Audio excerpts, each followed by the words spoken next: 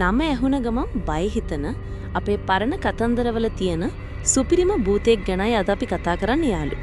ඒ තමයි මහා සෝන හෙවත් රිටිගල ජයසේනගේ කතාව.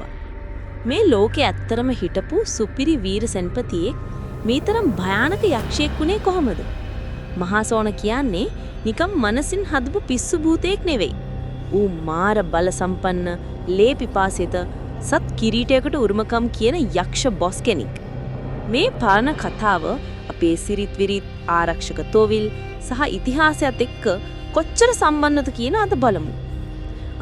ඊළඟට එන්නේ ජයසේනගේ වීර වැඩ ගැන කතාවයි. රිටිගල ජයසේන කියන්නේ දුටුගැමුණු රජුරුවන්ගේ කාලේ හිටපු ආමියකට මාර හයියක් දුන්න සටනට දෙවනි නැති රණශූරයෙක්. රිටිගල ගත්තේ තමයි ඌගේ හයියයි වීරකම් ටිකයි පැතර තිබුණේ. ෆයිට් එකේදී ඌ කරපු වැඩ නිසා රජුරුව මාරම සතුටු වෙලා හිටියේ. ඌගේ ශක්තියයි හැන්ඩිලුක් එකයි නිසා ඌ ගම්වල මිනිස්සු අතරේ සුපිරිම ජනප්‍රිය චරිතයක්.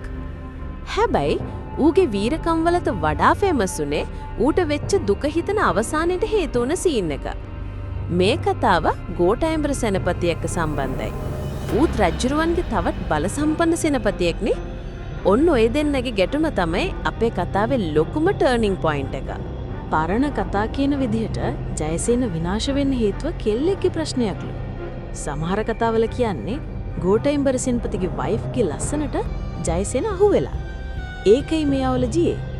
තවත් කතාවක කියන්නේ ජයසේනයි ගෝඨායම්බරය අතරේ වචන ගැටලුවක් ගිහින් අන්තිමට ඒක මරණේ නිවර වුණ ෆයිට් එකකට හේතු වුණාලු. සටන උනේ රිටිගල ළඟදී හරි මාලිගාව ළඟදී හරි වෙන්නටි. දෙන්නම මාර සත්තු වුණාට ගෝඨායම්බරට දිව්‍ය බලයක් තිබිලානේ. මේ ඩුවල් ෆයිට් එක සිංහල වීර කතාවල මරුම තැනක්. අන්තිමට ජයසේනට නම් එපා විච්ච විදිහට ඉවර වෙන්න සිද්ධ වුණා. ද්වන්ද සටනේදී ගෝඨායම්බර සෙන්පතියා තමන්ගේ කඩුව මාරම සැරෙන් හයියෙන් ගහනවා. ජයසේනගේ ඔළුව කපන්න ගෝඨායම්බර දාන්නේ සුපිරිම හයියක්. ඒ පාර කොච්චර පවර්ෆුල්ද කිව්වත් ජයසේනගේ ඔළුව කඳෙන් වෙන් වෙලා ඈතට විසි වුණා. ඌගේ බොඩිය බිම වැටෙන්නේ කපපු පළඟැටියෙක් වගේලු. සෙන්පතියෙක්ට මේ වගේ අවසානයක් නම් කිසිසේත්ම හොඳ නැහැ. මාරම චාටර් මරණයක්.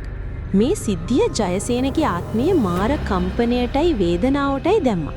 තමාගේ වීරකම මෙහිම ඉවර වුණ එක නිසා ඌගේ ආත්මය ඇතුලේ ලොකු තරහක්, පලිගැනීමේ ගින්නක් ඇති වුණා. අසාධාරණ විදිහට මැරුණු නිසා ඌගේ ආත්මේ අවතාරයක්, ඊවිල් ස්පිරිට් එකක් බවට පත් වුණා. ජයසේනගේ ඔළුව ගැලවිලා බිම වැටෙන වෙලාවෙම ඒ තැනට ඝනරක්ෂසයෙක් ආවා. මේ ඝනරක්ෂසයා කියන්නේ මාරම අපල වෙලාවක මැරුණු මිනිස්සුන්ගේ ඇඟවල්ලයි ආත්මේනුයි අල්ලගන්න බලන් ඉන්න බූටෙක්. ජයසේනගේ ෂොක් වෙලා හිටපු ආත්මය ඔළුවනටි බොඩි එක ආයෙ සෙට් වෙන්න හදනකොට මේ ඝනරක්ෂසයා මාර වැඩක් කළා. ඊළඟ මැරලා හිටපු වලහෙක්ගේ ඔළුවක් ඌ ඉක්මනටම ගෙනත් ජයසේනගේ කඳ උඩින් තිබ්බා.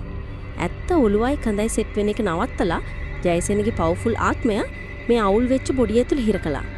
මාර කපටියෙක්නේ. ඔන්න ඔය භයානක කෑලි සෙට් වීම නිසා තමයි රිටිගල ජයසේන මහා සෝන කියන දරුණු යක්ෂයා බවට පත් උනේ. ඌගේ ලුක් එක මාරම අවුල්. මිනිස්සෙනුකුයි වලස් ඔළුවකුයි තින මාරම බිහිසුණු රුපියක්. මහා සෝන කියන්නේ සත් කිරීටයට ලොක්කා. ඒ කියන්නේ භූත ලෝකේ සුපිරිම බලතල තියෙන යක්ෂ බ්‍රෑන්ඩ් එකක්. ඌ වැඩ පටන් ගන්නේ රැයට. විශේෂයෙන්ම අසුබ වෙලාවල් වල තමයි ඇක්ටිව් වෙන්නේ. ඌගේ ප්‍රධානම ජොබ් එක මිනිස්සුන්ට ගහලා ලේ බොන එකයි. ඌගේ ඇටැක්ස් වලට කියන්නේ සත් පහර කියලා. මහා සෝනගේ ගුටිය කාපු අයට මාරම ලෙඩ රෝගයි මෙන්ටල් අවුලයි හදනවා කියලා තමයි ගම්මේ මිනිස්සු විශ්වාස කරන්නේ. මහා සෝන රැට විශේෂයෙන් හවසට හරි රෑ මැදට හරි ගෙවල් වලට රිංගලා නිදි අය හරි ඇහැරිලා ඉන්න අයට හරි ගහනවලු. ඌගේ ඇටැක්ස් ගොඩක් වෙලාවට ඇඟේ කළු පැල්ලම් හරි රතු පාට සලකුණු හරි ඇති කරනවා. මේ මාක්ස් වලට මහා සෝනගේ සත් පහර කියලායි කියන්නේ. මේ අවුල හොඳ කරන්න නෝමල් බෙහෙත් වලට වඩා පරණ සිංහල තොවිල් චාරිත්‍ර ඕන වෙනවා. මේ යකාගේ පව එක කොච්චරද කිව්වොත් මිනිස්සු පිස්සන් කොටුවට යවන්නත් ඌට පුළුවන්. ලෙඩේ අන්තිම තත්වෙටම උග්‍ර කරන්නත් පුළුවන්. මරුනේ මහා සෝනගේ ඇටැක් එකට අහු වුණ අයට සුවය දෙන්න මහා සෝන සමයම නැත්නම් මහා සෝන යක්ෂයාගේ තොවිලේ කියලා පරණ චාරිත්‍ර ටිකක් කරනවා. මේ සෙල්ලම මාරම දිගයි අවුල් සහගතයි. ඒකට ස්පෙෂල් වෙස් මුහුණු, නැටුම් සහ සින්දු අතුලත්. මේ තොවිලේදී මහා සෝන ඉපදුන හැටි ඉඳන් යක්ෂයෙක් වුණ හැටි දක්වාම මුළු කතාවම එක් කරලා පෙන්නනවා. අර ගෝරේබලයි ජයසේන ඇතුළු වුණ ෆයිට් එකත් මෙතන සංකේතාත්මකව පෙන්නනවා. මේ යාගේ ලොකුම ටාගට් එක තමයි මහා සෝන යක්ෂයාව සතුටු කරලා ඌගෙන් ලෙඩේ හැදුන කෙනාගේ ඇඟ බේරගන්න එක. මාර වැඩක් නේද? ඌට රිටිගල ජයසේන කියලා කියන්න හේතුව ඌ ඉපදුණු තැන හරි ඌ ෆයිට් කරපු ඒරියා එක හරි රිටිගල ළඟ තියෙන ඇති නිසායි. රිටිගල කන්ද කියන්නේ පරල කාලේ ඉඳන්ම පූජනීය තැනක්, මාරම පවර් තියෙන තැනක් විදියට සැලකෙන්නේ. ජයසේනගේ කතාව මේ පවර්ෆුල් ලෑන්ඩ් එක එක්ක සෙට් වුණ නිසා ඌගේ භූත බලය තවත් වැඩි වෙන්න ඇති කියලා තමයි විශ්වාස කරන්නේ. මහා සෝනගේ කතාවෙන් අපිට පේන්නේ වීරකම සහ නින්දිත මරණයක් එකතු වුණාම මාරම භූතාත්මයක් හදන්න පුළුවන් කියලා. අදටත් රෑට් ගම්වල මිනිස්සු මහා සෝනගේ ඇටැක්ස් වලින් බේරෙන්න නොඑක් ආරක්ෂක වැඩ දානවා.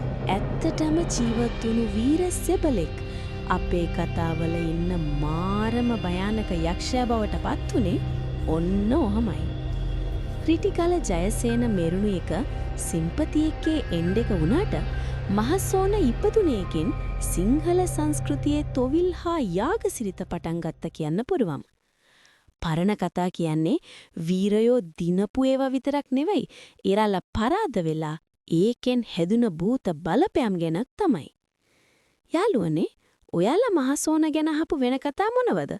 නැත්තම් මේ කතාව ගැන ඔයාලට මොකද හිතෙන්නේ? පල්ලෙහායින් කමෙන්ට් කරන්න.